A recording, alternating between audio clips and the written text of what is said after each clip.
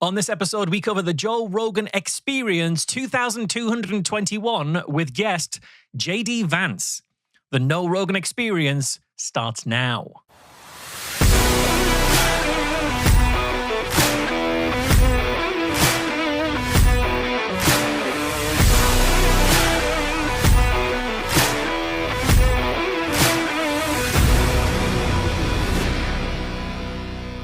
Welcome to the third season of the No Rogan Experience.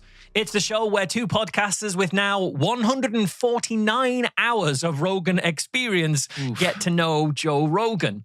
Joe Rogan, he is one of the most listened to people on the planet. His interviews and opinions influence millions. He's regularly criticized for those views, but often by people who've never actually listened to Rogan. So we listen, and where needed, we try to correct the record.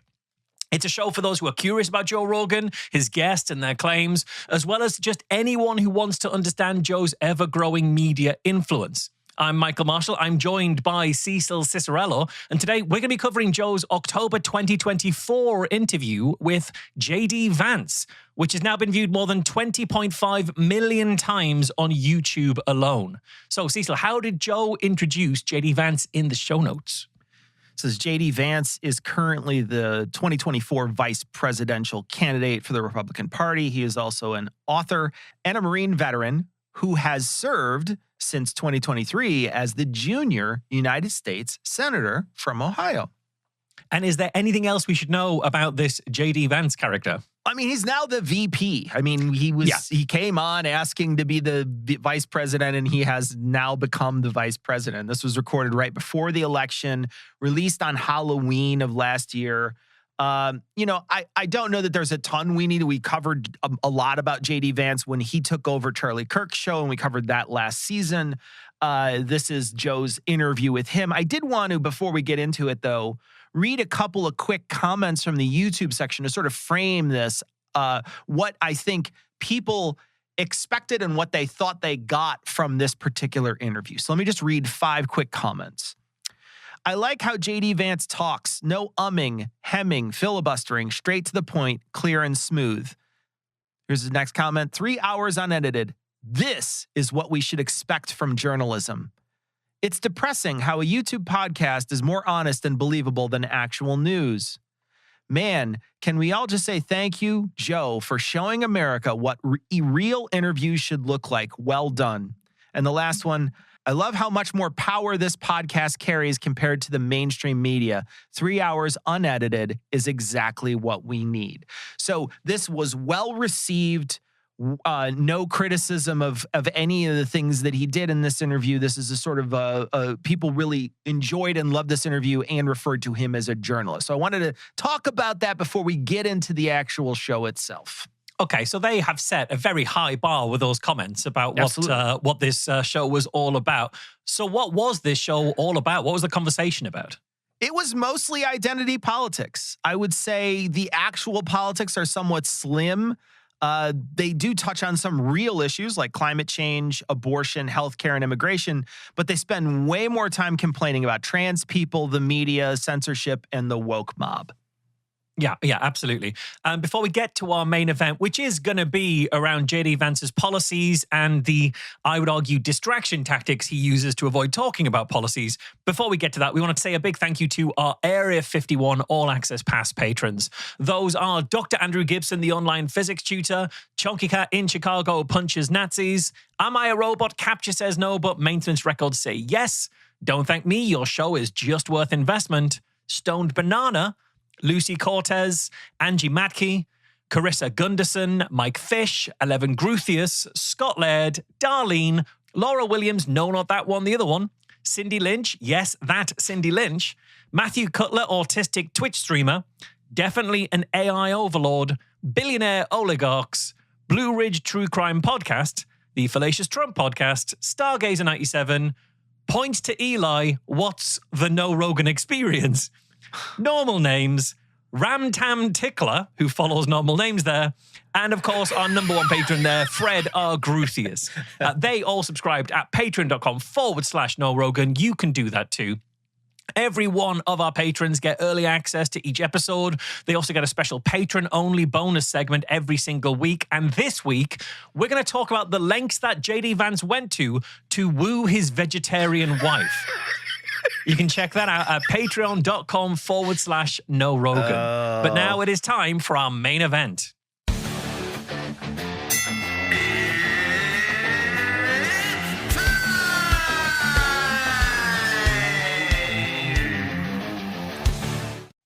A huge thank you to this week's veteran voice of the podcast. That was the lead singer to the band Overload announcing our main event.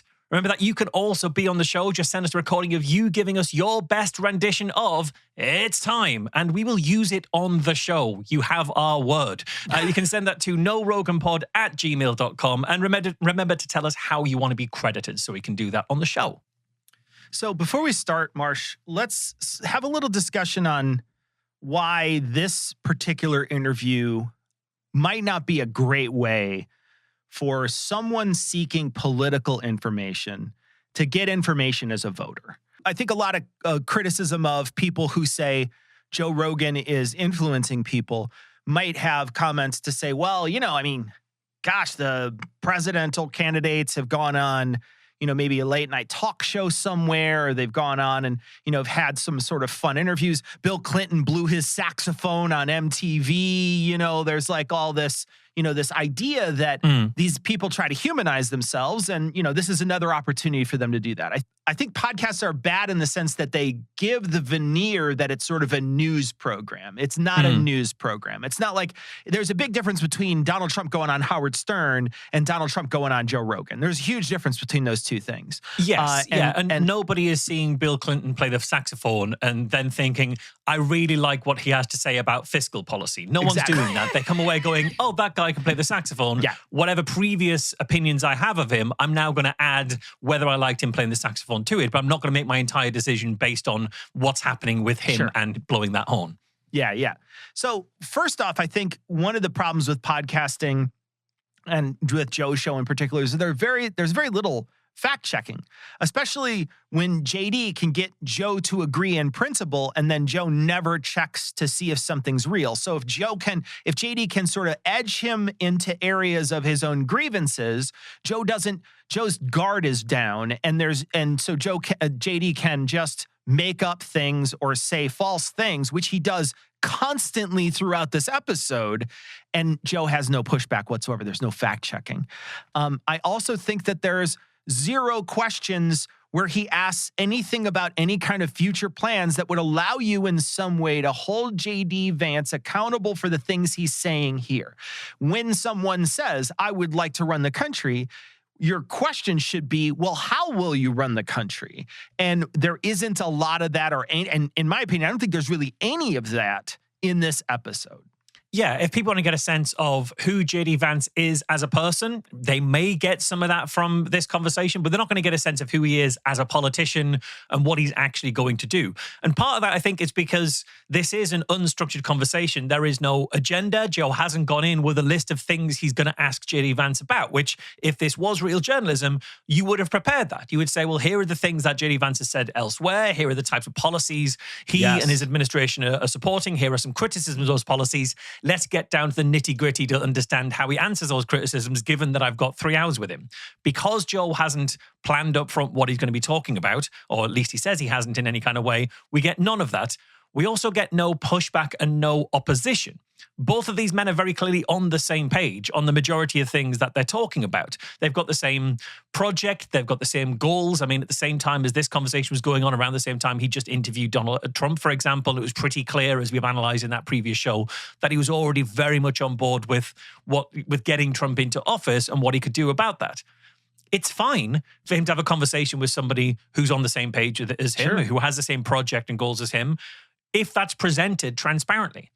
But it's not fine if it isn't presented transparently. And here it's not transparent, because while this is given as, hey, I'm just an everyman Joe, I could go either way on this, I haven't made up my mind on this, that is not actually what's going on. These guys do clearly agree on a lot of things. And so there's no pushback, there's no opposition. We're just all pushing in the same direction. And that direction is towards recruiting Joe's viewers into being Vance's voters.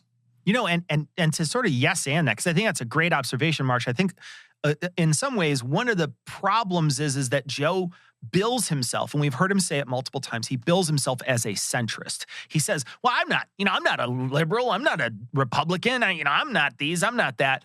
And what he's doing is he's trying to make it seem like he's sort of middle of the road. You can't blame him for sticking up from one side or the other. But in some ways, he's laundering this to any centrists in his audience. He's building cred with those people and then laundering JD Vance to them and saying, well, JD Vance is I'm a centrist and I can get behind JD Vance. And so this gives them, I think, a bigger centrist pull than they might get normally because they have Joe Rogan as sort of the mouthpiece, And I think that's important to point out. That opposition is really important. Watch George Stephanopoulos interview somebody. If he has them for 15 minutes, those people are sweating at the end of that 15 minutes because the guy he's a real journalist. He's going to ask real questions and he's going to do what you said, which is find other things that they've talked about in the past and hold them accountable. And there's none of that in here. There's also very few solutions to any of the problems that they mention, right? So they mentioned there's a ton of grievance in this, but there's not a lot of here's how we solve these problems or here's my solution to the problem that you can then hold me to later on. There's a lot of grievance and a lot of sort of 30,000 we need to fix this, but not a lot of here's how I do it. Yeah, exactly. And you mentioned George Stephanopoulos and how he will do that kind of diligence. And lots of good political journalists will do that diligence.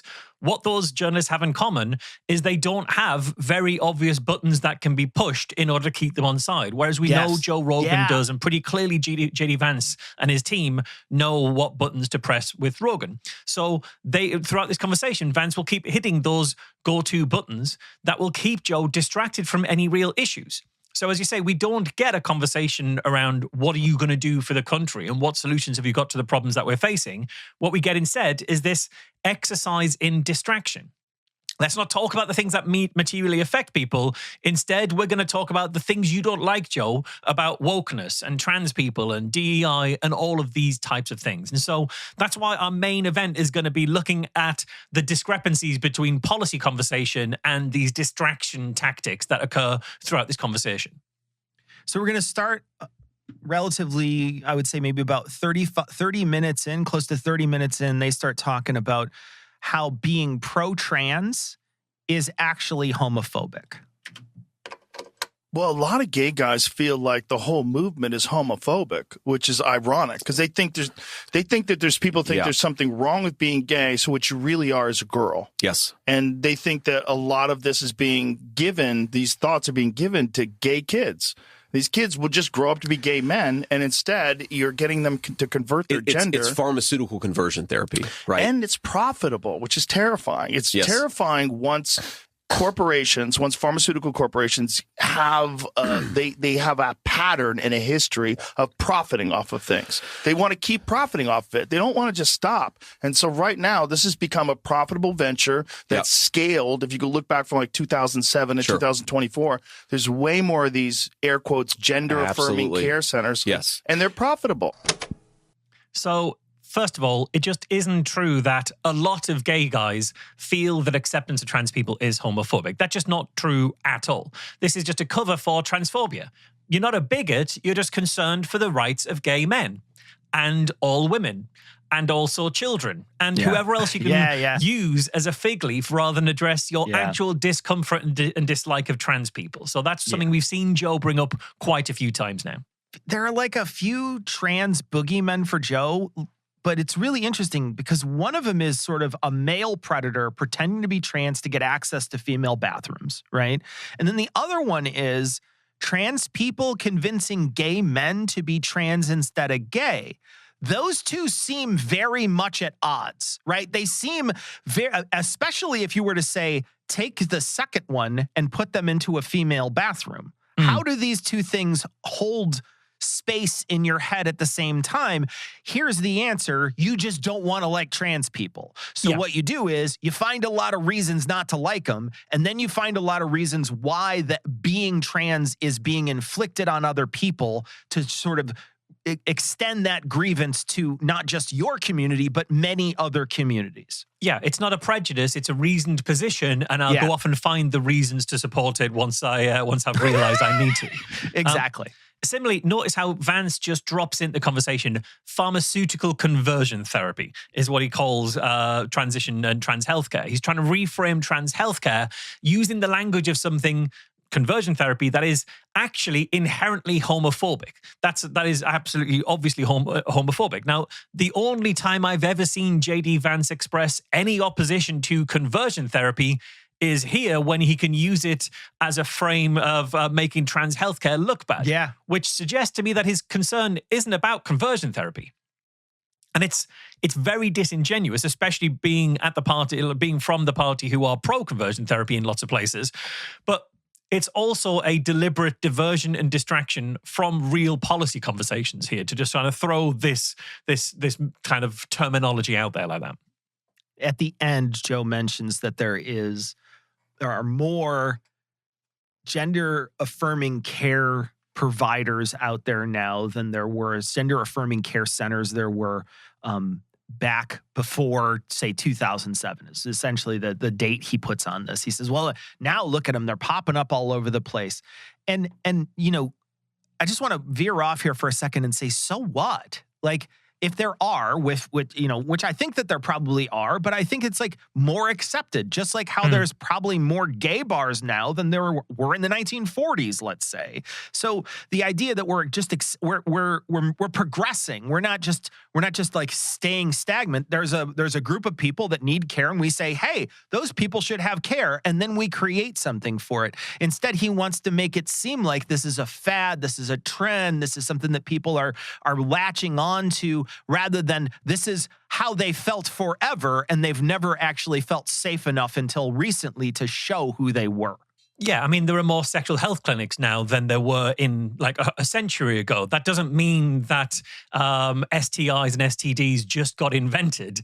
It means that previously anybody who contracted an STI had to just cope with it because of the shame, stigma, and taboo around it. That meant you didn't get healthcare. And it's the same with trans people. Anyone who was trans a century ago didn't get healthcare and just had to sort of deal with the dysphoria and the struggle of it on their own with no help. Next clip, Joe's gonna start talking to JD about food additives and toxins.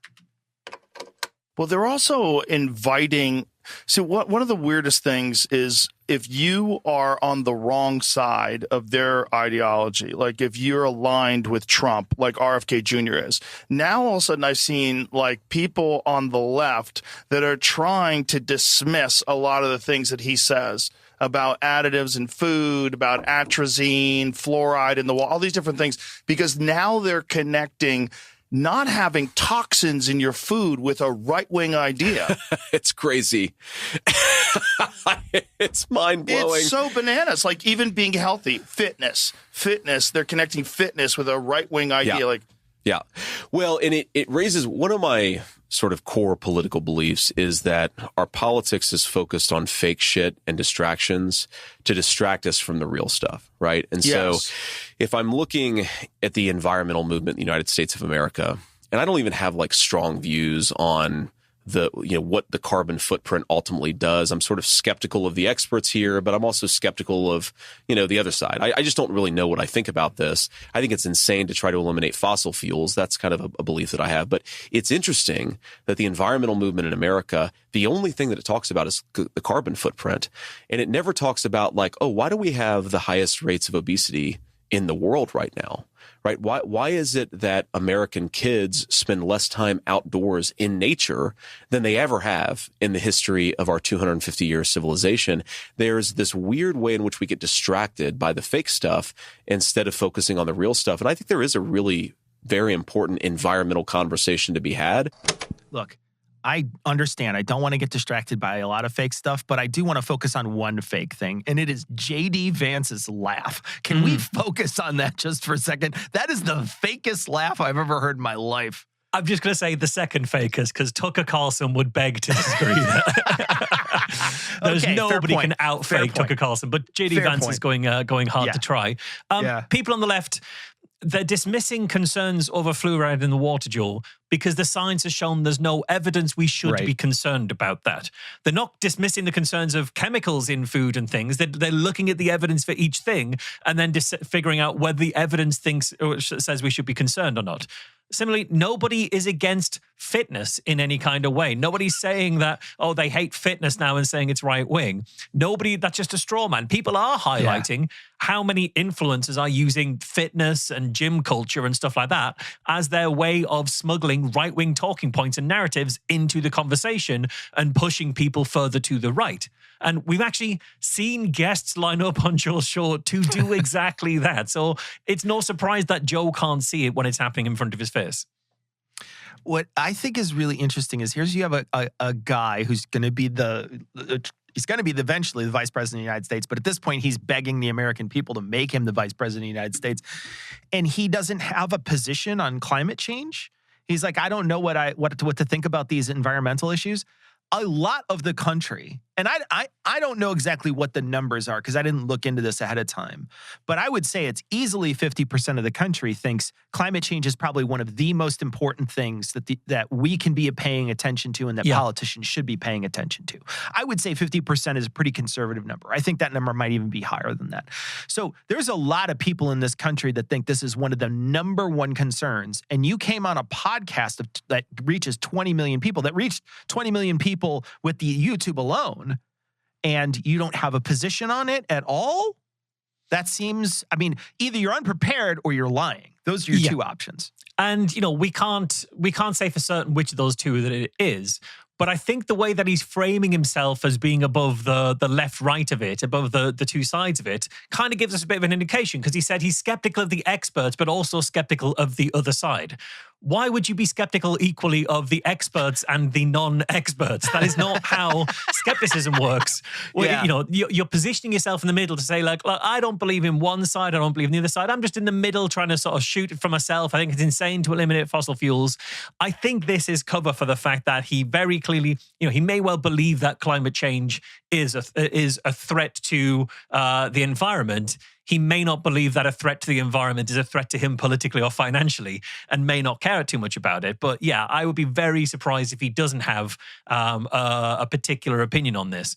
I think also because this is going into the election, you're absolutely right to point out, he is saying this major issue for about at least half of the country, or around half the country, I have no position on, should be his way of saying that I should be disqualified from running here because I've not even thought about the thing that is the primary concern for half the country. Yeah. He's just trying to not lose those people in this conversation. And then they start talking about obesity as well. I mean, who isn't talking about America having a high rate of obesity? That's an open conversation, not just amongst one side of the political aisle. It's a conversation that everybody has acknowledged. So that is also, we're going to come to a straw man in the toolbox, but there's kind of a bit of a straw man going on there too. Admittedly, it's hard for Americans to talk about our obesity because we're constantly out of breath. So we're, it's hard to get the oxygen in to actually have the conversation. What I think is interesting is we're 47 minutes in, and even in this clip, you can hear the grievance of the things, but there isn't a lot of solutions that are mentioned at all. It's really just, at one point he says, why is it that American kids spend less time outdoors in nature than they ever have in our 250 years civilization? And then, so what? Like, what does that mean? What does that mean that you have initiatives that are going to help them get outside more? Are you going to start limiting the amount of sort of devices, iPads and iPhones and things like that they have access to? What's your plan? What's your thoughts on this? Instead, it's just, here's a factoid that it's almost certainly true, that is, that we're spending less time outdoors. Okay, now what? But that's the thing, is all he has to do is say these little bits, and then that's enough to sort of get him in with Joe, who I think already agrees with all this. So to Joe, it doesn't matter, and Joe's already filled in all the blanks, so he doesn't need to have any convincing. And I really feel like one of the solutions, if I was on the thing, I would have a solution. Joe wouldn't like it, but the solution for a lot of this is 15-minute cities. It solves the carbon footprint, and it solves the getting outside footprint. It solves the getting outside obesity problem. It solves a lot of problems, but Joe, I don't think, wants to have that conversation. He doesn't like that one very much. He's not going to go in for that. I think the other thing that's just struck me, like listening to again here, as he's outlining these issues, and some of these are genuine issues. The obesity problem is a real issue. What do we do about climate change is a real issue. You and I have some particular opinions on that, but there'll be people, as you say, in the audience, in Joe's audience, who don't believe that climate change is a real concern. They would still want to see some kind of solutions here to what's kind of going on in the political narrative. Compare the way that we're talking about things here to, for example, when Bernie Sanders was on Rogan. And Sanders is talking about, well, AI is coming, and so we will need to have universal basic income in this kind of way. Here is this problem, and the solution to it is this kind of thing here. This is why we should be doing this wealth tax on billionaires. So, like, you could disagree with Sanders' proposals, but you can't disagree that they are proposals. They are policy suggestions. And there's none of that here, really, from JD Vance. It's just, here's another thing that grinds your gears, and therefore I'm going to say it grinds my gears. Yeah. So they get into a discussion about regulation, specifically regulation on pharmaceutical companies. And you're going to hear a sort of interruption as this clip plays. They start talking about Apple and how they're making profits. And then Jamie jumps in with a story that he found that JD Vance had just mentioned. So they're finding out that the story that JD Vance mentioned is true. Now, it's why crazy. Can't Apple, here it is, strange bedfellows, Native American tribes, big pharma, so this and is the like legitimacy of their alliance. Wow. This is from 2019. So it's true. 2019. Oh, my God. Yeah, this is about you said it's 2019. I was going to say, I think I saw that guy in like 2018. It's so gross. It's so it's gross. Crazy, man. It's so sick. But it's what we were talking about. If you allow these corporations, look, they have an obligation to their shareholders. They have to make more money. Sure. What's the best way to make more money? Not get sued. What's the best way to not get sued? Sir, I found a loophole. Yeah. You get some fucking Adderall-riddled psychopath who's been working 16 hours like, I got a plan to get us out of here. And it works. It's legal.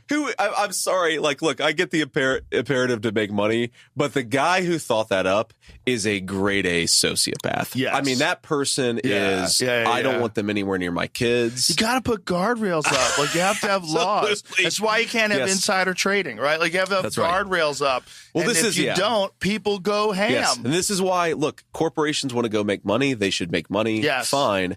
But my job is public and social policy. And what really pisses me off, and frankly, what should piss off more Republicans, because again, historically, the Republican Party has been the more pro-corporate party. We should be saying, the more that these corporations are engaged in social policy, and in particular left-wing social policy, the more that we should be saying, I don't know that I want to give you everything that you want, which is, of course, what the historical party did, but I think is much different in the last few years.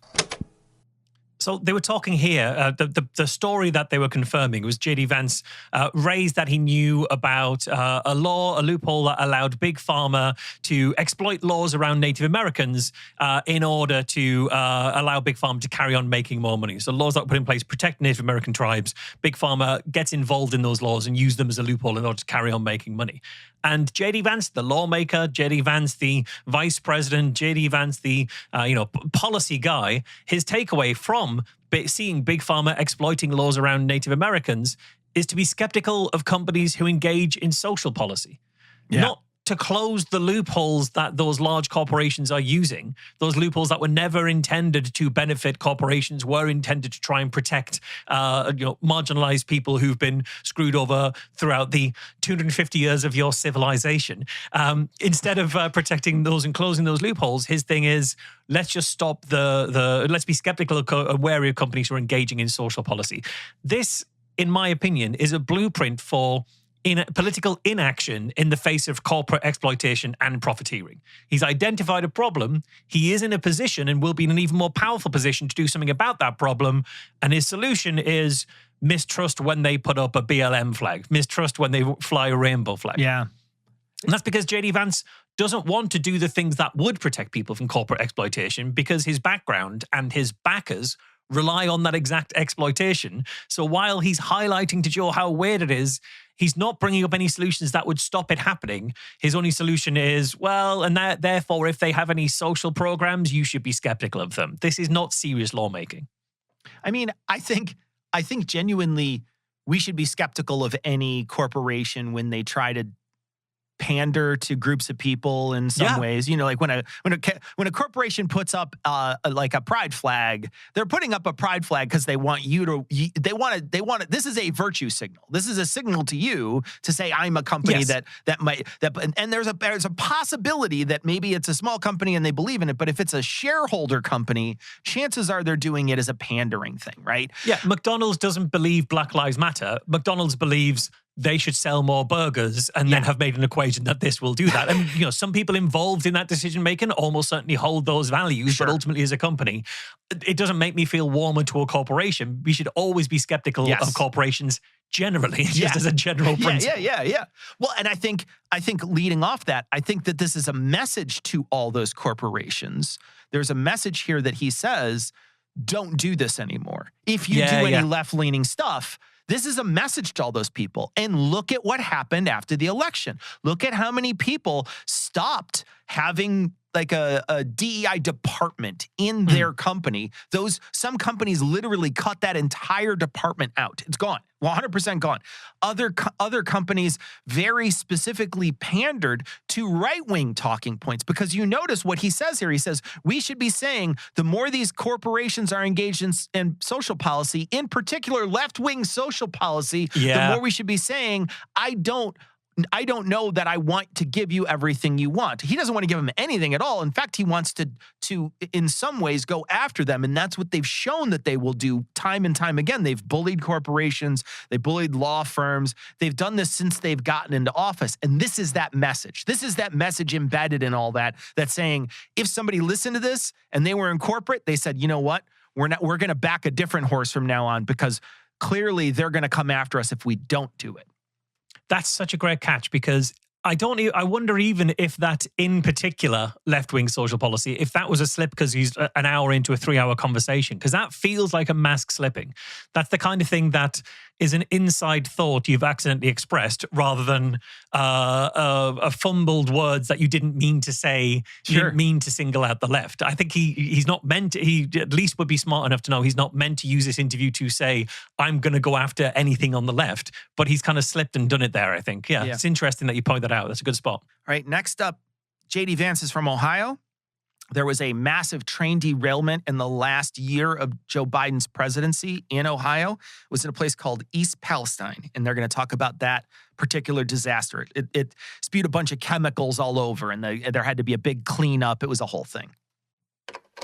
And you can't have this argument that we need exemption from responsibility because otherwise we're not going to be able to profit off of these things. Like, absolutely. Well, that means you're making stuff that too many people are getting sick from, so they're fucking suing you. Well, that's socialized costs, right? It's one of the biggest problems with corporate America is socialized costs, but privatized profits. Right. And what you really want is that you want major American companies, and I'm a believer in the market economy, you want them to absorb the benefits, but also the costs. And that's often what doesn't happen. Like, for example, so I talked about this train disaster in East Palestine, and, you know, the railroad companies hate me because I kind of went on a crusade against them afterwards.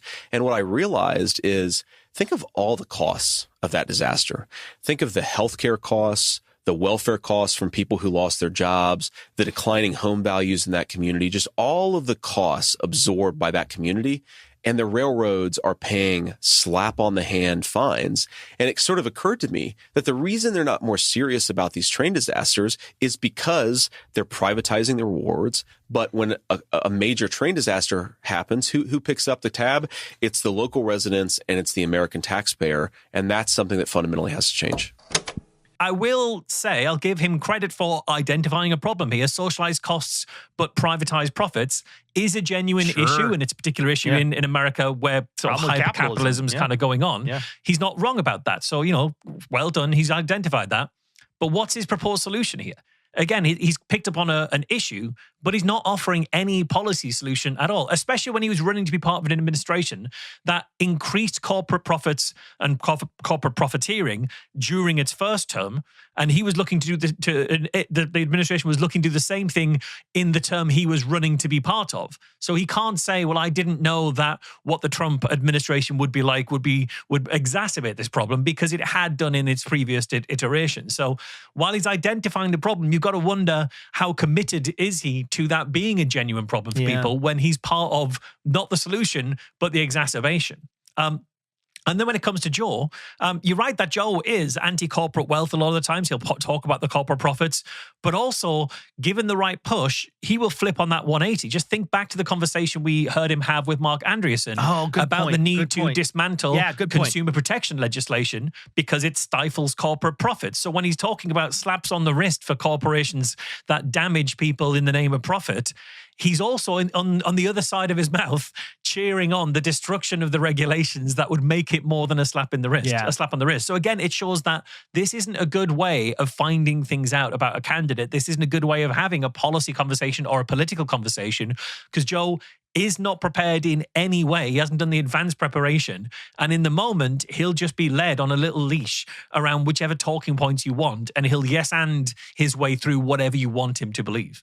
The piece here that when you mentioned that if he remembered the first term, he would then be able to ask a better question. This gets back to the beginning part where we're talking about journalists, right? When you were saying, they would have a list of all the things that happened before, and then they'd be able to hold those people to account and say, well, you're running with a guy who had a bunch of corporate profits, and you seem to have a different message. How is your message going to conflict with his previous term? Is he planning to change his ways? Are you going to try to push him in a different direction? That's a question that you could ask JD Vance, but instead Joe doesn't know any of that, or he doesn't remember any of it, and it never even occurs to him. So nothing happens, right?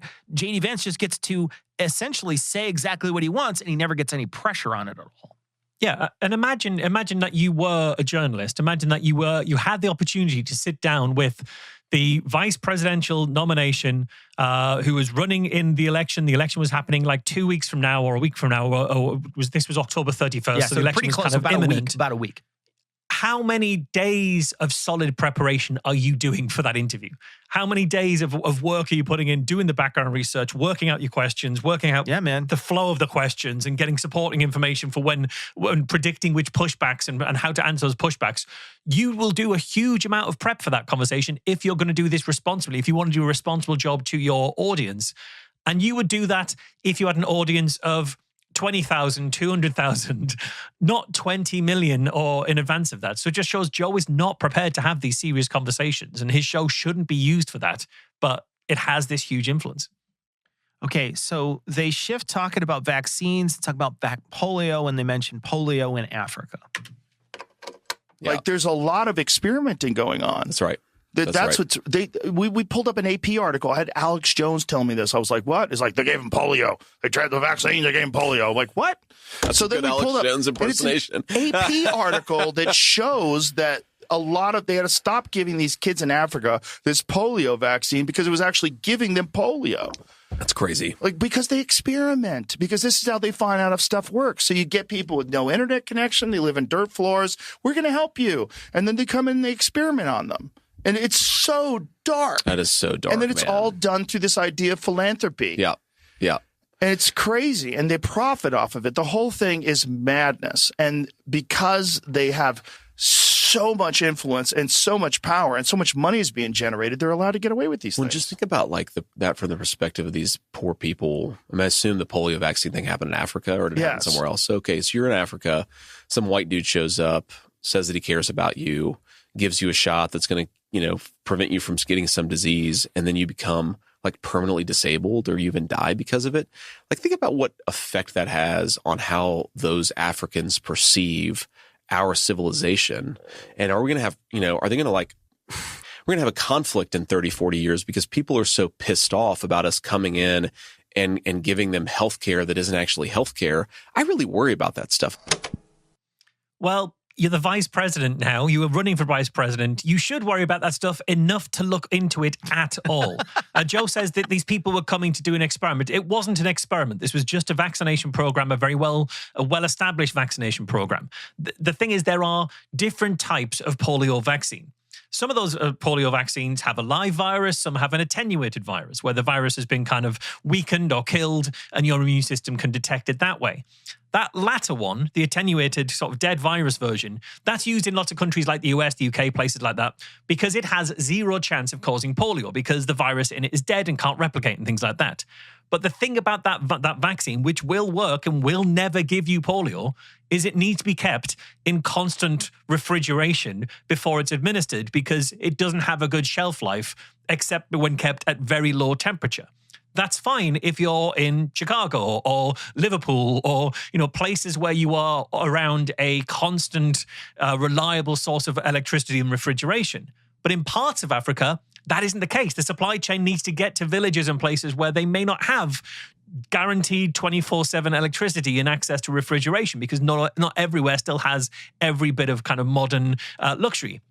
So you still need to vaccinate, but you can't use this particular vaccine. So you rely on an older vaccine, which has a very high success rate, but a very small chance that the live polio virus that's in the vaccine can give you polio. You can get vaccine-derived polio. And obviously, it's incredibly unfortunate. A small number of kids will get polio from the vaccine. That is deeply unfortunate. But if you don't vaccinate them, loads of kids are going to get polio. So it is better in a population of 10,000, say, for 10 to get polio from the vaccine than for 4,000 to get wild polio. And any serious politician who is running for serious office should either already know about that stuff or should be able in the conversation to recognize it's probably not the extreme weird conspiracy theory that Joe Rogan is talking about. So there must be something going on. So I should at least couch what I'm saying in response in order to not overcommit on this. But instead, he goes further. He says, and these people, they're now going to be hating America. And what does that do? And he's leaning this into an anti-immigration argument. We shouldn't be accepting people from Africa because 30, 40 years ago, what if they had developed an animosity to America? And I really worry about this stuff. That's the worry he has, that this animosity could spill over into immigration, weakening America, or an attack on America. Sure. But none of this, all of this is built out of a fundamental misunderstanding of some very basic vaccine information. When you mention it, Marsh, I hear the word experiment. And the word experiment to me, the way it's framed, makes it seem like it's not a mistake, it's malicious. Right? The way in which when you say experiment, first he doesn't tell you what the experiment is. Or maybe reckless. If not malicious, then reckless, perhaps. Right? It's not like I need to do bad, but it's I don't care if I do bad. Yeah. It feels like there's an intent, right? At least there's intent that you don't care about the consequences of this. It's not that it's a mistake. It's not that it's any of the things that you mention either. It's just that these people are literally, they have a plan to try to hurt other people, or at least they have a plan to do something. And if it hurts people, oh well. And there's the framing of that makes it seem like, the scientists that do this work are being bad people in some ways. They're either callous or they're evil, right? Those are your two options. Not great options either way. And the framing also leaves out what the experiment could possibly be. He says, there's an experiment. Well, what's the experiment? Their experiment. Yeah. What are they experimenting? What are you talking about? And he doesn't have to fill in any of the blanks. He can basically attack this group of people who are out there doing good in the world and say that they're bad. It's he's flipping it on its head, and it's actually really damaging. It's really damaging to vaccines. It's really damaging to public health. It's a damaging way to talk about this. And it's not just that he's anti-vax. It's that he's anti-vax and he's anti-doctor. He's anti-science. Yeah. Yeah, and it's even then, like, any politician when presented with that should even just hear the word experiment in that scenario and realize this can't be as it's being portrayed, because why would anybody be experimenting with polio vaccines when there has been a very, very well, very effective polio vaccine for a long time? What experiment could they possibly be trying to run? Like, no, it's obviously not an experiment, so there must be something else going on. And it's just a simple vaccination program, and it's the inherent flaws in the infrastructure and the supply chain. That's what's happening here. They do stumble upon some discussion of policy, not JD Vance's particular policy, but of policy in general, and it's about abortion. So we're going to start a small section on abortion now. So there's a bunch of things that people are deeply concerned with in this country, and it seems like for men, it's the economy. That seems like the primary thing that people are concerned with.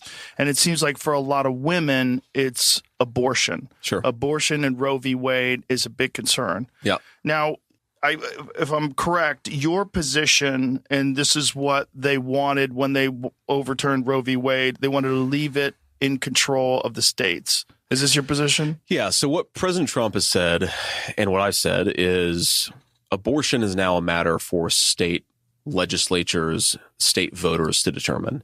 And I mean, one, that's always what the argument was, right? If Roe versus Wade goes away, then the state legislatures, the state populations are going to make each individual abortion decision the same way that, like, California has different laws on a whole host of subjects than Alabama does. The idea is that, California would make its own abortion policy, Alabama would make its own abortion policy.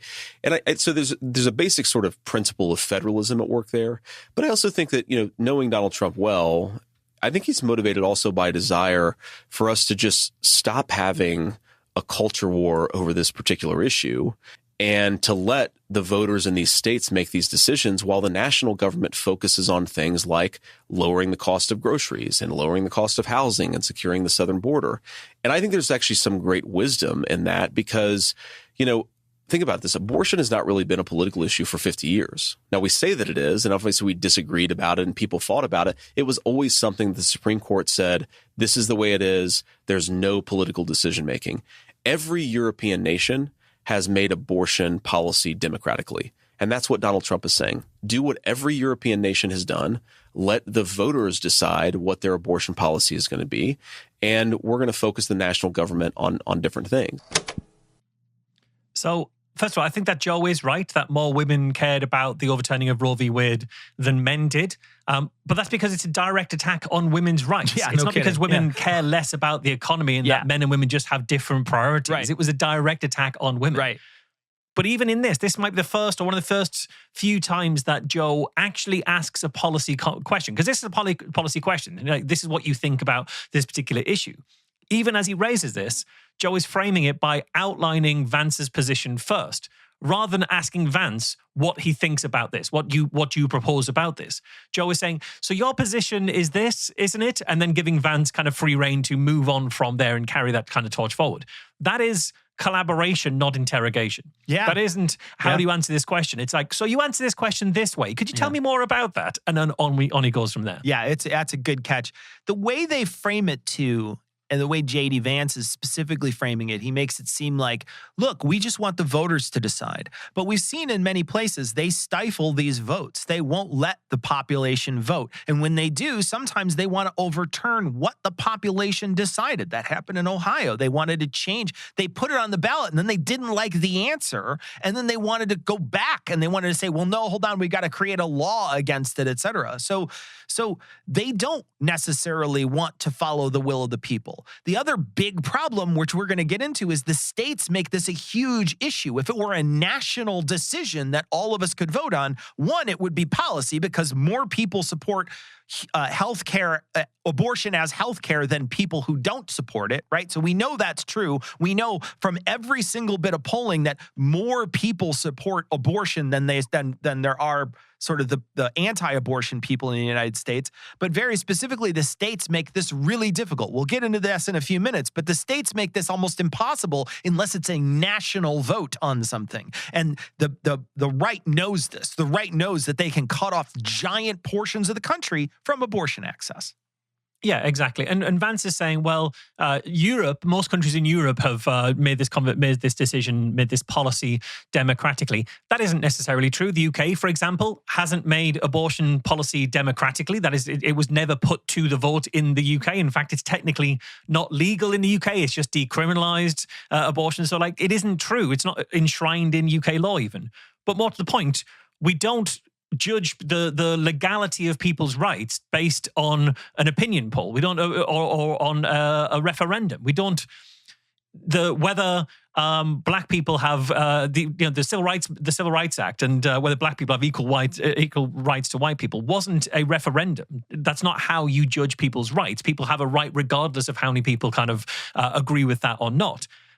And then it's deceptive to say that Trump is just allowing this decision to be made democratically. We'll come to it, as you say, in a moment when it comes to the states. But this was a conversation that was settled by the Supreme Court until the justices that Trump appointed, who themselves agreed during their hearings that this was a settled matter, that this law was settled.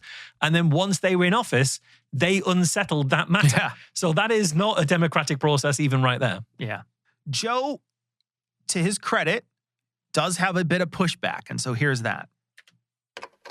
For most people, I think one of the issues is, for a lot of people, one of the issues is that men are making decisions for what women can and can't do. I hear that. And one of the more concerning aspects of this is, like, say if you live in a state like Texas, where there's a limit to when you can get an abortion. I think it's like 6 weeks, which a lot of people think at that point in time, you can't even tell whether or not you're pregnant. And this puts a lot of women in like very vulnerable positions.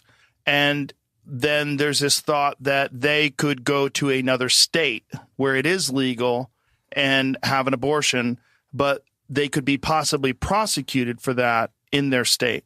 That's concerning to me, that we can make, if there's a place in the country where it's legal to have a medical procedure and you live in a state where it's not legal, that your state can decide what you can and can't do with your body, which is essentially based on a religious idea. And a lot of I'm not criticizing it one way or another, but I'm saying that a lot of what this choose life thing is about, that life is precious and life is sacred and life begins at the moment of conception. And some people agree with this, but other people disagree with this. And it seems to be a lot of it is based in religion. My concern is using that to dictate whether or not a person can legally travel to another state. I don't think the government should be monitoring where you travel or what you do when you travel, as long as that thing is legal. And I'm concerned with this idea that you could be prosecuted for it in your state for doing something that's legal somewhere else. I don't like the idea, to be clear. I've not heard of this maybe as like a possibility, but not as something that actually exists in the law. But I've not heard of somebody being arrested, and I don't like the idea of arresting people for moving about the country. I haven't heard of them doing it either. I've heard of the discussion. I've heard as a threat. Yes. I don't like the idea, to be clear, of people getting arrested for freely moving around the country. Right. I think, so to your point about it being a religious idea, I mean, I would say I know a number of non-religious people who are very pro-life. And I think the honest answer is that what we're doing is we're trying to figure out what is the right balance between autonomy and life. So again, as you say, to Joe's credit, he's right to have these concerns. And I think it does show that abortion is one of the issues that he is still quite progressive leaning on. And I think it's one of the issues that I think Joe could get off the right wing train over. And we've seen this kind of come up from time to time. I don't think it's strong enough that it will do that, but it still gives him pause for thought from time to time. Right. The only way that Vance can get out of this conversation, to get out of being put on the spot about this, is first of all to pretend that anyone who proposed that kind of prosecution of moving from state to state in order to get an abortion in a state where it's legal only proposed that as an idle threat. And then after that, completely dodging the question. I mean, first of all, the fact that someone is able to threaten it is still not good. That is still a terrible thing, and no one should have the ability to threaten something like that. But then when it comes to other parts in this, Joe starts off by saying about, well, in Texas, they're talking about a 6-week limit, and at that point you can't tell that you're pregnant. That will never be discussed again, because that is too hard a question for Vance to go anywhere near, and he will just ignore it and pretend it never happened. So he's just dodging the question and being evasive here. The Alabama Supreme Court, the federal court there, had to very specifically outlaw this. So there were people, there was attorney generals and high up legal minds in Alabama in the state government that were threatening to basically arrest and give felony charges to people who left the state because Alabama has a abortion ban. And a federal judge had to say, you can't do that. You can't actually do that. But that was a thing that happened for a little bit. And both of these people seemed to think, well, you know what, that really didn't, I don't know. That was just kind of an amorphous conversation. No, it was a real, genuine conversation, and they had to have a court date about it, okay? That's a real infringement on people's rights, and you guys don't even know it exists. Either you don't know it exists or you don't want to talk about it existing. The other thing, you are both in a state right now having this conversation where there is a civil bounty. Now, I noticed JD Vance very specifically uses the word arrested multiple times. Arrested. That then washes away the claims of threats to arrest, right? That can be thrown away. He'd be like, well, I didn't say that. I said no one was arrested for it. And the same thing goes for the civil penalties that happen in Texas. What Texas has is essentially a bounty system. So it's not necessarily the state going after you. It's your neighbor. If he sees you leave the state, or you get facilitated, or he knows of a doctor that gave you some sort of abortion care, he can sue that doctor in the state. He's free to do so, and it's up to $10,000. And so all these people can start suing each other and essentially enforce the law for the government to stop abortion. So anything that leads to an abortion can be sued in their civil court, in the civil court there. So it's not necessarily, like he says, arrested, but it is certainly a way to deter people from getting abortions, and it can go after people who leave the state. So you can, if somebody facilitates someone from leaving the state, you can sue that person. So that's stopping someone from getting medical care in another state because you think your state has primacy over them. Yeah, and the thing is, Vance really should know that. I mean, he associates with the people who make those laws. Yes. He associates with the people who wrote those laws and funded the people who wrote those laws. And he was running to be vice president of the party that made abortion restrictions one of their primary focuses, one of their culture war wedge issues.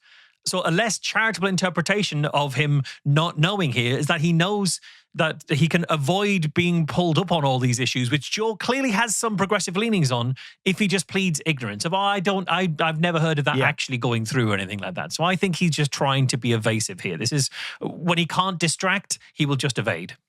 Well, Joe isn't letting up. They're going to start talking a little bit about late-term abortion now. Where most of Europe has ended up here, and it's actually striking because you think of Europe, again, as a more socially liberal place than America. Almost every place in Europe has ended up effectively where late-term abortion outside of cases of medical necessity is banned outright. And then, early stage abortion is allowed. That's how most societies that democratically settle on this, that's how they strike the balance. I think my attitude is, I'm running for vice president. I'm not trying to tell you how to strike the right balance, but we want to preserve the right of states to make these decisions. I think what people are afraid of is men telling women what they can and can't do with their bodies. That's the autonomy value. Yeah. I get it, man. I get it. And I think that there is a very real and valid argument here that autonomy should take precedence here. But I also think, if we're being honest, there is an argument that life matters too. And that's the balance that people are trying to strike. It's very complex, and It's people super don't want to complicated. look at it that way. I always discuss, when I talk about abortion, I say it's one of these very human issues. What else could it be? I mean, I don't know what else it could be. Abortion's banned in 13 states. It's limited to 12 weeks in 6 other states. That's 40% of the country where you cannot get real medical care in the United States. And you can already hear that Vance is pushing this conversation into late-term abortions, which are obviously a much harder thing for anybody to be in favor of, especially kind of electively. So he knows that's much safer ground. But this wasn't a question about late-term abortions. He's distracting here. This was a question about access to abortion at all. And if you remember, Joe even raised it about 6-week abortions at a point where you don't even know that you're pregnant. So there can't be a balance between autonomy and life if you're talking about 6 weeks in before you you even have any inclination that you're pregnant, all autonomy is being stripped away. But we're just going to stop talking about that, and we're going to start focusing more on late-term abortions instead. Well, and listen to the balance that he mentions. He says in Europe, they basically don't allow what he calls late-term abortions outside of medical necessity, and early-stage abortion is allowed. That's Roe v. Wade, man. We had that. We literally had that all across the country already. That got overturned, and now you have places, large swaths of the country, where you have to travel hundreds of miles in order to get an abortion to some other state. And we're talking hundreds, almost 1,000 miles in some cases, where you'll have to travel 3, 4, 5 states because you're completely surrounded by states that won't allow it. We're going to continue on with that same discussion. There's no tape. There's just a tiny bit of tape missing. They're still talking about late-term abortions. The thing that I find, again, as a person who leans more in the pro-life side of this debate is, okay, so you will sometimes hear people on the left say, well, late-term abortion doesn't happen. Well, there's an organization called the Guttmacher Institute. It's a pro-choice organization. It's a pro-abortion rights organization. And they found that there are approximately, I think it's 12,000 abortions that happen in the second half of pregnancy. So this is past 20 weeks. Maybe it's even past 22 weeks. About 12,000 abortions past 22 weeks. Okay. They also found that of those, 8,000 of them are purely elective. There's no medical necessity. There's no the baby has some genetic abnormality. It's just pure elective late-term abortion. I don't know how we can't get consensus that is not good. Right. Like, come on. And in fact, especially when it's not a medical necessity. Exactly. Every European nation has gotten to that point where you say, okay, like 8,000 late-term abortions, like, come on. But again, it's not my decision as the vice president, and that's not President Trump's view. He's very against a national abortion ban because he wants this debate to happen organically and democratically. And I think that's kind of our attitude to this. Now, you're right. Again, there is a balance to strike here, but usually in American society, we recognize that the way to strike that balance is to debate it as citizens and not to have lawyers and judges make these determinations for us. Literally, judges and politicians have made that decision because of you, because of what you guys are doing. That's literally absolutely what happened. He talks about the Guttmacher Institute and says it's a pro-choice organization. The information he's actually getting this from is the Charlotte Lozier Institute. Now, this is an anti-abortion think tank, and there's a paper that they wrote about this. I found this very specifically from some of the terms that he used, and they move the goalpost here because they're talking about 20 weeks as anything after 20 weeks is late term. And it's important to point out, people will use the term late-term abortion. Late-term abortion means nothing medically. That's not a medical term. That's a political term to try to make it seem like certain abortions are different than other abortions, right? And there is an argument to be made, but doctors don't refer to it as late-term. They refer to it as later in term, right? So they don't necessarily say later term. And late term also seems to have the term at the end where it's like the presidency has come to term. And that's an important distinction that they put in very specifically to cloud the language around this. Yeah, I mean, I found one particular paper that looked at this, and what I found is that abortions at or after 21 weeks are uncommon and represent 1% of all abortions in the US. So what we're talking about here is 1% of cases that he's raising as the concern here. Meanwhile, you're restricting 40% or more of cases. Yeah. And sure, that 1% of cases is around 8,000 or 9,000 abortions, but that's because the US is very large and has 800 or 900,000 abortions every year. So when you have a population that size, you're going to have a very large number of people, even if it's 1% of the cases. But we're talking about 1% here and ignoring the 99%. Well, this particular paper that I found, they're talking very specifically about why people would get an abortion later in the term, right? Why that happens. So they sent out questionnaires, and this is of the 400 people that they sent the questionnaire to, 44% participated in the survey, right? So some people just 56% didn't even answer it. And I wonder, it's important to point out, the data leads us to believe that this is an elective procedure, but it might be that some people didn't respond when they didn't have an elective procedure, when something was pretty traumatic for those people. Maybe they didn't respond to this particular survey because they didn't want to relive or talk about the thing that just happened to them. Maybe they were really still upset about certain things and they didn't want to relive it. All those things are really possible. You're talking about 44% of the numbers. Over half of the people didn't respond. It's important to keep that in mind. But also, very important, even from their own paper, they essentially say that if it was elective, the reason was money. The reason was it was very expensive. It's a very expensive procedure, and it gets more expensive as time goes on. They might have had an opportunity. If we actually gave people proper medical care, it would never get to that point because we would be able to give those people that proper medical care instead of expecting them to pay a lot of money for it. The amount of money that they're saying is first trimester abortion is $500. Some of these people, they can't come up with $500. Well, the late-term ones cost more money, but that's certainly cheaper than having a child for their entire life. Yeah, exactly. I found a similar study which looked at all the reasons why people have a late-term abortion. Number one reason for people having an abortion after 20 weeks was raising money for the procedure and the related costs. Number two was not knowing about the pregnancy because you might not have been showing up until late. Some people don't show until relatively later in the pregnancy. So at the point where you then knew about the pregnancy, you were then going to be in a point where you could consider abortion. You would have had an abortion earlier had you known. Number three was difficulty in securing insurance coverage. Number four was trouble deciding about the abortion. So you were kind of trying to make your mind up and left it too late, so it was into this later term. The next reason was not knowing where to go for an abortion. So again, so many, and difficulty getting to an abortion facility was another one, and disagreeing with the man involved over the abortion. These are the top reasons that were given in that. So JD Vance wants to make this sound like the reason people were having an abortion after 20 weeks was, well, I just fancied it at this point. I just changed my mind and fancied it. So much of it is about access to healthcare, awareness and understanding of what options are available, and actually being able to get into those kind of places. It's about information and finances. It's not about lifestyle choices. So there's a bit of tape that we're not going to play, but JD Vance is having a conversation with Joe about specifically being at a fundraiser, talking to some sort of donor, some very rich person who essentially said to him, look, one of the reasons why I love immigrants is because, especially illegal immigrants, is because I can pay them under the table. I can get them I can give them money and I can make a lot of money and I don't have to pay a lot, et cetera, et cetera.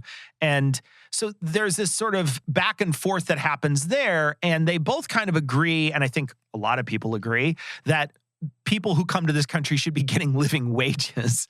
And they both kind of agree on that. And it's worth pointing out, they have that conversation. They both agree with that. But again, what's the policy solution here? JD Vance, a sitting senator, is telling a story about how someone admitted that they were paying someone under a CEO of a company was paying people under the table to avoid paying a living wage. And his solution is to tell a podcaster about it without even naming names. If this was really a thing that we genuinely believed happened and he genuinely cared about, he could do something about that. He's chosen not to because he's not about the policy solutions. Yeah, and then this next bit of tape sort of picks up where that lets off, and they're talking about immigrants and how they vote. I do think there's also a power dynamic to it. In particular, I think Kamala Harris and the Democrats, they want to give these millions upon millions of illegal aliens the right to vote. They want to legalize them. They want to make it easier for them to participate in our elections. And that means fundamentally the end of American democracy. Because you're talking about 25 million people here. If Kamala Harris gives 10 million of those people legal status and allows them to vote in American elections, then, say 70-30, they go Democrat. Republicans will never win a national election in this country in my lifetime. And the only way to get them on your side would be the Republicans offer the same services and maybe even be more generous in letting illegals in. Exactly. I mean, you would have to literally beat them at their own game. I'm going to give you a free house. Yeah, no, I mean, it lifetime's probably overstating it, but it would take 30 years for the Republicans to get to a point where we could even compete with these newcomers. But again, it will have degraded the voting power of the people who have the legal right to be here. And there it is. The person who was running for vice president, who won the nomination, who won the election as vice president, is bringing up the great replacement theory. This was a sitting senator at the time saying about how the illegals are coming in order to vote for the Democrats. That is all deliberate. This is the great replacement theory, yet again coming up on Joe Rogan, this time coming up from the vice president. Now they're still talking about this. They're talking about how this can sway the Electoral College. Now, it also, you may not appreciate this, but even if you don't give people the right to vote, it really distorts congressional apportionment and then the Electoral College. You know how this works? Yes, I do. But explain it to people, please. Okay. So how many, we have 435 congressional seats. The way that you draw those congressional districts is that you try to draw them evenly based on population so that everybody has equal representation, right? One person, one vote, fundamental principle of American law. But you don't just count the American citizens. You also count the illegal aliens. And so, for example, the state of Ohio lost a congressional seat in the last census, and states that have high illegal immigrant populations picked up congressional seats. So you're actually taking away congressional representation from American citizens and giving it to illegal aliens. Even if you don't give them the right to vote, you're still destroying the voting power of American citizens. Because it's based on population. Because it's based on population, including illegal immigrants. Is there a way to change it so that it's only based on legal American citizens? Well, Donald Trump tried a proposal that Democrats went nuts over and was litigated in the courts. So we would have to try again, that would ask citizenship status during the U.S. Census. The idea being that if you ask more people their citizenship status, you get fewer people who are answering that question. I think that we should make it, and I do think this would require an act of Congress, but I think that it would be constitutional, is we should just say that illegal aliens are not counted for purposes of congressional representation. Yeah. I mean, Democrats would call that racist, but it's just common sense policy. Well, especially if it's been shown that you're manipulating it by moving more people to these places. And even if they're not legal citizens and they can't vote, it still counts as congressional seats. Correct. That's kind of crazy. That's exactly right. So do you think this is the origin of Joe believing the odd beliefs that he has about the census? Could be. Because he's going to morph this later when he talks to Elon Musk more recently into believing that even tourists count on the census, which is more bizarre than what we're bringing up here. Yeah. And obviously at the end here, where he brings up that this is all being done very deliberately in order to manipulate things, which obviously isn't true. Even if some of the rest of this stuff is true, it obviously isn't being done deliberately in order to manipulate the census and manipulate the voting blocks. Yeah, and I actually went and looked to see our last three census. What was the outcome of that, and how did that change our electoral map? Because I think Joe has said this on his show so many times that they're doing this, they're trying to get these new seats, they're trying to change this around. I thought to myself, well, how much has it changed? And in the last census in 2020, Texas gained 2 votes. North Carolina, Florida, Oregon, Colorado, and Montana all gained a single vote. And the states that lost votes were California, Illinois, Michigan, Ohio, New York, Pennsylvania, West Virginia. Okay? So that's more. If you were to count those states as sort of red and blue states, you would see the red states got more out of that. The red states wound up getting more net votes than the blue states. The blue states lost votes in that. So again, you might say, well, hold on though, Cecil. I mean, Donald Trump was the president at that point. So maybe he sort of pushed for certain things to happen so that it wasn't as obvious. Maybe he stopped the Democrats from their dastardly plans from changing the electoral map by shifting people around. Well, I looked at the previous 2 censuses too, and they're about the same thing. During Obama's 2010 census, there was 4 Texas seats that were gained. Arizona, Utah, Nevada, Washington, Georgia, South Carolina all gained 1. Florida gained 2 seats. The places that lost them were Illinois, Massachusetts, Michigan, Pennsylvania, Missouri, Louisiana, Iowa, and then New York and Ohio both lost 2. Now, again, start doing the math in your head about who's blue and who's red. This is a red shift. This is a shift to red during Obama's presidency. Okay, well, let's go back to Bill Clinton. Bill Clinton ran the one before that in 2000. What happened then? Same thing. New York lost 2. Illinois lost 1. Pennsylvania lost 2. Michigan and Wisconsin lost a vote. Texas gained 2. So since 2000, Texas has gained 8 electoral votes. So that's 8 in 3 census in 3 censuses. So this is a lot that Texas has gained since then. Is he suggesting that we're sending the illegal immigrants there to fluff those numbers? The thing is that none of this plays out in the math, right? When you look at it, when you actually look at what Joe is claiming versus what is actually happening, nothing of what he's claiming is happening at all. It's literally the opposite of what he's suggesting. That's not happening, but Joe can scare enough people by saying, well, that's what they're doing, and he can smuggle in the great replacement theory on his show time after time after time, even though there's no proof whatsoever that any of that sort of thing is happening. All right.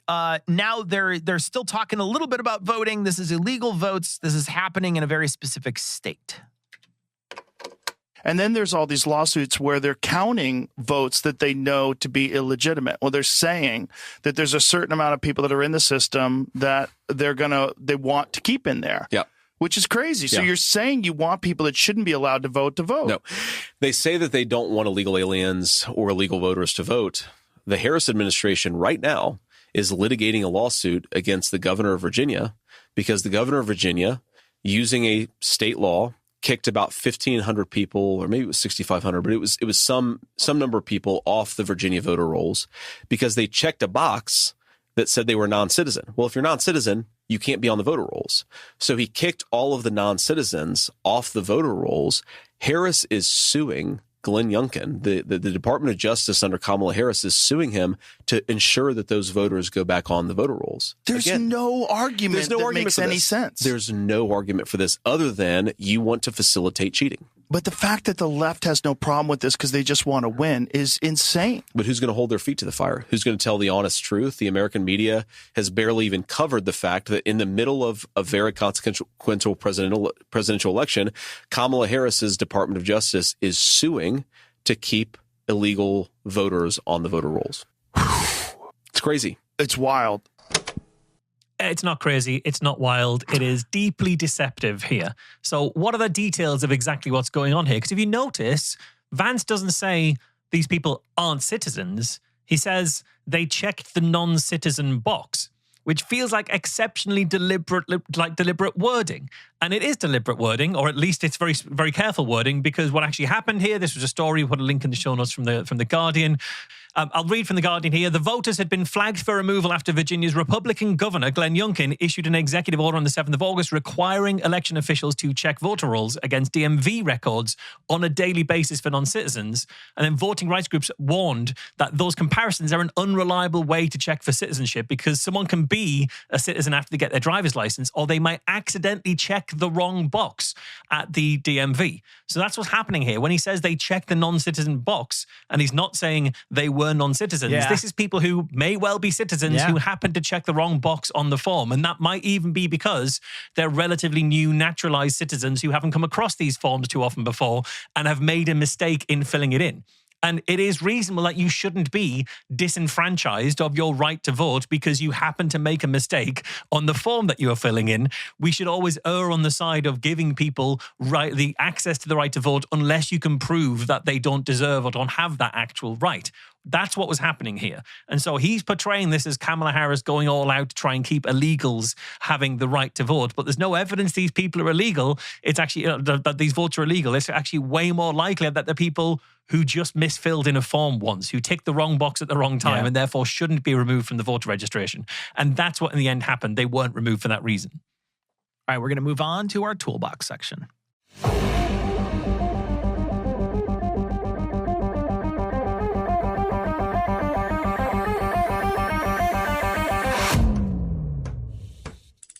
Maybe it's a thing that one day human beings will have as in our natural toolbox. Okay, so for the toolbox this time, we're going to be doing, this is kind of easy because it happens so often on Joe's show. It's so easy to see, but we did want to touch on straw man this week because there's just so many opportunities for it. We wanted to touch on it. Yeah, especially when he is doing this distraction technique and this kind of diversion and throwing out these culture war talking points rather than engage in substantive policy discussions. One of the ways he's doing that so frequently is by using straw man arguments. Yeah.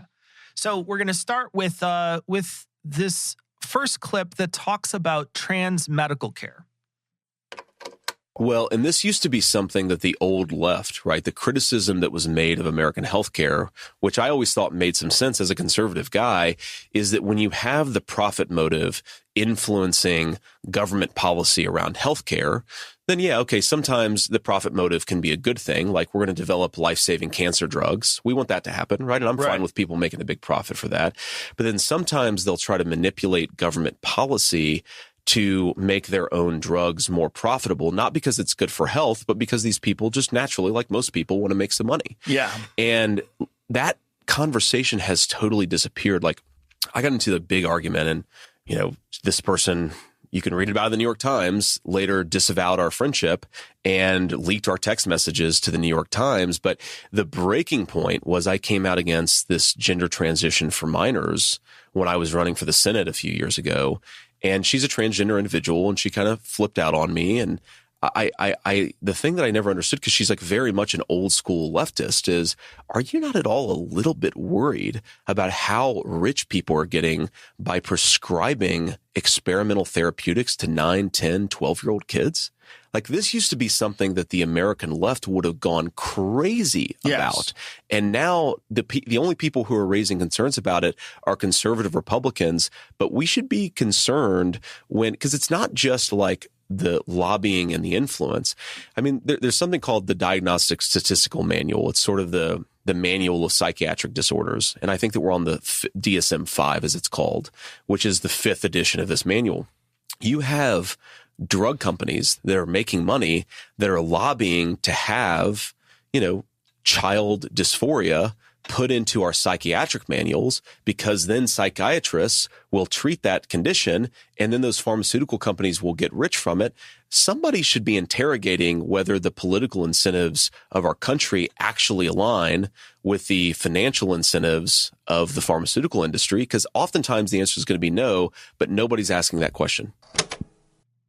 So this is a straw man here. He's saying that conservative Republicans are the only ones who are raising concerns about the profits that are being made by pharma companies through transition medication and hormone medication things. That is not true. Conservative Republicans aren't questioning trans healthcare because of the profit motivation. They're raising the concerns that trans people exist and that trans people are allowed into the bathroom. That is the issues that were coming up during this election and since, and for the last several years around trans people with the right-wing culture war talking points. This isn't just about, I'm worried that there are corporations making some money out of this. This is deceptive framing in order to portray his side of things as being the only reasonable one, and that the straw man of the left not caring about pharmaceutical profits as long as it goes to trans healthcare is obviously ridiculous. And then obviously he's pointing out as well that, there is this other lobbying system where medical professionals are adding child gender dysphoria to the DSM-5 in order to sell more medication. Well, medical professionals add things to the DSM-5 in order for them to be treated in a standard way. Does he have the same issue or the same objection with other additions to the DSM-5 that lead to prescriptions? Is he there saying there shouldn't be ADHD in there, that there shouldn't be depression in there? Right. Like, this is not his real objection to trans people. And he's like painting the other side as being pro-profits for pharma companies, which is just clearly nonsense here. This next clip is JD Vance relating a story that he met someone while he was traveling abroad. It reminds me of, the very first congressional delegation trip that I ever took was to Paris. I think it was to Paris, and it's part of the Paris Air Show, and Ohio has all these, aviation interests. And anyway, long story short, I was talking to a very conservative woman at the Paris Air Show who was from Mississippi, and she was probably 65, 70. And it was really interesting because I was just like, how do you find the city? She had never been to Paris before. And I'm just, interested in people. So I was asking her, and she said, what's really interesting is I just feel like Paris, I would think of as very liberal, but I actually think Paris is more conservative than some of the big cities in the United States. And I said, tell me more about this. And this woman doesn't know me very well, and she's clearly kind of embarrassed to tell me. But she walks through, she says, I just don't see any people. Like when you're in Paris, the girls are girls and the boys are boys. And that's true in Paris. And that's not necessarily true in some of our big cities. And then she says, she says, Senator Vance, I'm embarrassed to tell you this, but when I was in New York City recently, I saw a grown man who was walking around in a miniskirt, and then she gets very quiet and she said, Senator Vance, I could see his balls. He probably wanted you to see his balls. And you realize, oh my God, this is not empowerment. This is not respecting lifestyle choices. Right. We're letting a grown man walk around in a miniskirt in broad daylight. Like, what are you talking about? I feel like you should be allowed to wear a miniskirt. If a girl can wear a miniskirt, you could wear a miniskirt. That's not what bothers me. But what bothers me is if I have to see your balls. To flash people in broad daylight in New York City? You're a pervert. You're just a pervert. If that's what you're doing, you're a pervert. And I want all of us to say, whatever your political persuasion, just say, no, that's weird. Right. You're not allowed to walk down the street and flash children in the middle of the world's or the America's biggest city.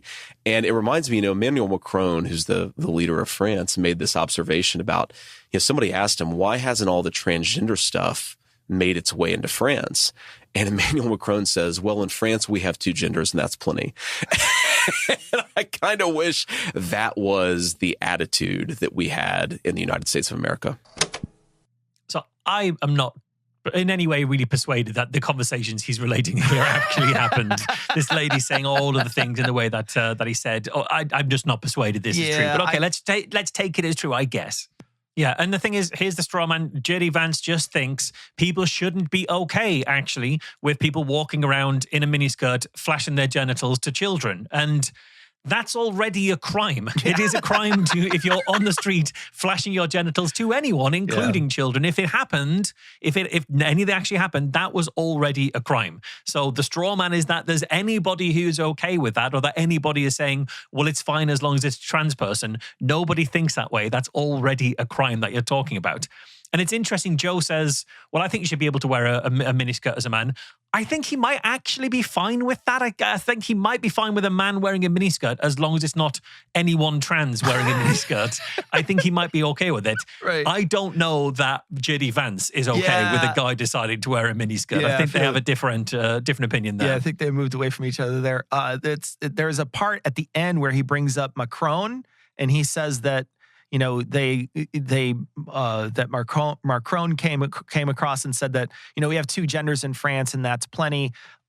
First off, it's very interesting that he's using Macron here as a way to say France is anti-trans, and so we should be a little more anti-trans too, especially considering the allegations that came out from people in Joe's circle. I mean, we're talking about Tim Dillon and Candace Owens, both saying that Macron's wife is trans, right? So that's a really interesting, weird juxtaposition. I would think he would be more pro-trans if that was the case, right? But instead there's this weirdness there. And I think that, they're sort of laundering their transphobia through what would be a more liberal world leader by using him here. That also, that statement is also a distortion, because he was referring very specifically to pronouns in the language. He was saying we don't need other pronouns. Yeah. We have two pronouns and those pronouns are fine for what they do. We shouldn't be changing the language. Now, don't get me wrong. I think that there almost certainly is, for people who are following that section of the public in Paris and in France, there's probably almost certainly things that he's done that are, anti-trans or whatever, but I don't think that it's as bad as they are sort of depicting here. They're making it seem like he's anti-trans, and look at this liberal nation. They're anti-trans. We should be anti-trans too. And it was a different type of discussion they were having. Yeah, and obviously that discussion is different in a language where every noun has a gender to it. Yeah. And so and there are really interesting things that happen in languages like German, languages like Portuguese. I think they're starting to wrestle with how do you adapt the language to a non-binary worldview, non-binary system, when the endings of words differ depending on whether that word is considered masculine or feminine. So I think there's some interesting stuff going on and quite complicated stuff with just a purely linguistics conversation. And I think that's kind of more what Emmanuel Macron was talking about than actually how people self-identify or anything like that. So this next clip is about regulation. Yeah, I would be really upset if you gave my kid polio. Yeah. You came over here justifiably so. Justifiably so, I'd hate these people, right? You give my kid polio under the pretense of helping them? It's crazy. But then there's also pharmaceutical drugs that are really beneficial. And this is the thing, like they have to have guardrails. You have to have some rules and regulations to keep these people from just never-ending profits. Yes. Because they always gravitate towards that. They always gravitate towards making the most amount of money. And again, this is where I go back to some of the arguments of the old left. Like, what kind of guardrails do you want these companies to have? Do you want the guardrails to be that if you donate to the trans pride and BLM organizations, you get to do whatever the hell you want? Right. Or do you want the guardrails like, we're going to protect health and public safety and make sure that you're not like killing people under the auspice of helping them? Yeah. And that's the kind of guardrails I want. The common very sense logical. Yeah, very logical. But logic is, dangerous today. Yeah, point me to the people who want the opposite of that version, because those people are your straw man. This is obviously, it's also a false dichotomy. Nobody is suggesting that the main guardrails on pharma should be around DEI standards. I know. You can actually have both safety and a commitment to diversity. That's not an issue. I know. I felt the same way when I heard it. It's like, oh yeah, I'm just going to pass on safety if they write a big enough check for Black Lives Matter. What a genuinely stupid thing to say. But it's distorting. And the thing you have to pay attention to is if it worked on Joe, it probably worked on his audience. And you can hear at the end, it worked on Joe. Joe's like, yeah, it's just logical. And logic's really dangerous these days. Kids these days, Yeah, and the thing is, we can either say this is a stupid argument or we can say that this is a disingenuous argument. But for the avoidance of doubt, obviously you can set safety standards that are non-negotiable, and then you can encourage targets around hiring to make sure there's no discriminatory practices. Those two don't have to be in conflict with one another. And if they ever are in conflict with one another, the safety always wins out. There's no two ways about that. But none of that is related to donating to causes like Black Lives Matter. And if anything, that's, as we mentioned before, that's more of a marketing conversation than anything else, really. Yeah. Let's wrap it up with that. Thank you, sir. Appreciate you very much. You're a beautiful person. All right, Marsh, we're at the end of this. Is there anything good in this? So I'm committed to finding something good. I think there are two things that are good about this. From Joe's perspective, there are times he pushes back on the abortion stuff. He doesn't push back hard enough, but there are times he's pushing back. He raises genuine points about abortion. He doesn't raise them for long enough, but he does do that. So the fact that Joe is able to see, like, he articulates the issues with restrictions on abortions pretty well. You can have restrictions that are too early before you even know you're pregnant, that this is the men telling women what to do with their body, that if you try to travel in order to get an abortion and can be arrested, these are bad things. He's able to articulate those well. They don't motivate him enough, and he'll go on to vote for Donald Trump and go on to even talk about how he understands it, but he doesn't care that much about those, essentially. But he is able in this conversation to articulate those, and so I'm going to give him credit for that. And I'm also going to give Vance credit for he's talking at one point around the East Palestine train derailment. He talks about the issues of socialized costs and privatized profits. And though that is a genuine issue, he's right about that. He's articulating the issues around the cleanup and how much damage that will do to that environment and the people in that environment for a long time.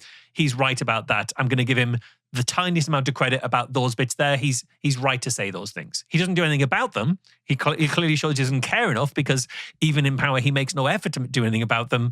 But in this conversation, he is able to articulate it.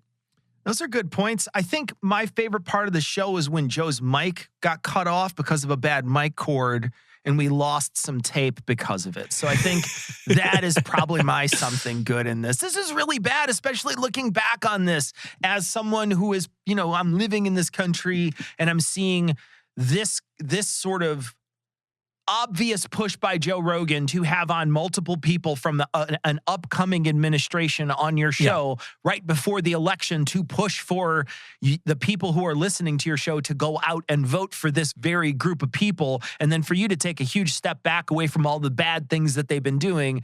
Super disingenuous. It's very damaging to the country, and it's a way to treat our political process with flippancy, and it's kind of gross. So I can't look at it any other way. It's very hard for me to separate those things out.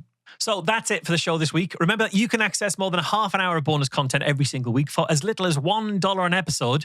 You can do that if you subscribe at patreon.com/No Rogan. Meanwhile, you can hear more from Cecil at Cognitive Dissonance and Citation Needed, and more from me at Skeptics with a K and the Skeptic Podcast. And we'll be back next week for a little more of the No Rogan experience.